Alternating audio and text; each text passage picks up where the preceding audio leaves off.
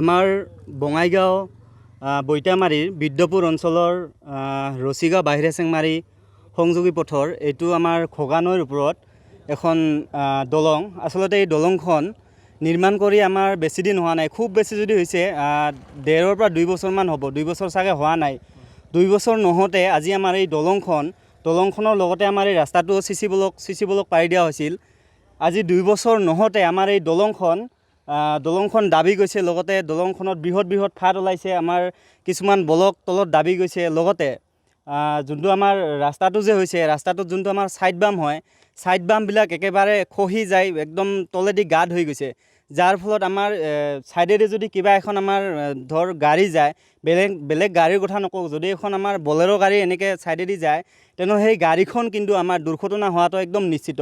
আৰু দেখিবলৈ পাইছে যে ইয়াতে এডোখৰ মাটি আজি প্ৰায় দলংখন নিৰ্মাণ হওঁতে ইয়াতে থৈ দিছে। কি কাৰণত থৈ দিছে এইটো আমি নাজানো, কিন্তু আজি আমি ৰাইজে ভাবিবলৈ বাধ্য হ'ম যে কাৰণ এই কামটো সেইটো ছাইডে ভাল হোৱা নাই কাৰণে হয়তো সিহঁতে মাটিডোখৰ তাত পেলাই ৰাস্তাখিনি ব্লক কৰি দিছে। কাৰণ সিহঁতে কিজানি আগৰ পৰাই জানে যে সেই মাটিখিনি তাতে নহ'লে সেইটো ছাইডেদি যদি গাড়ী এখন যায় তেনেহ'লে তাত খুন্দা খোৱাটো একদম নিশ্চিত। এইখিনি যে আমাৰ আজি এই হেৰিখিনি হৈছে, এইখিনি মানে আমাৰ বিভাগীয় তথা আমাৰ ঠিকাদাৰৰ গাফিলতিৰ কাৰণে আজি আমাৰ এই দলংখনেই কওক বা আমাৰ ৰাস্তাটোৱেই কওক, আজি কামটো ঠিক হোৱা নাই।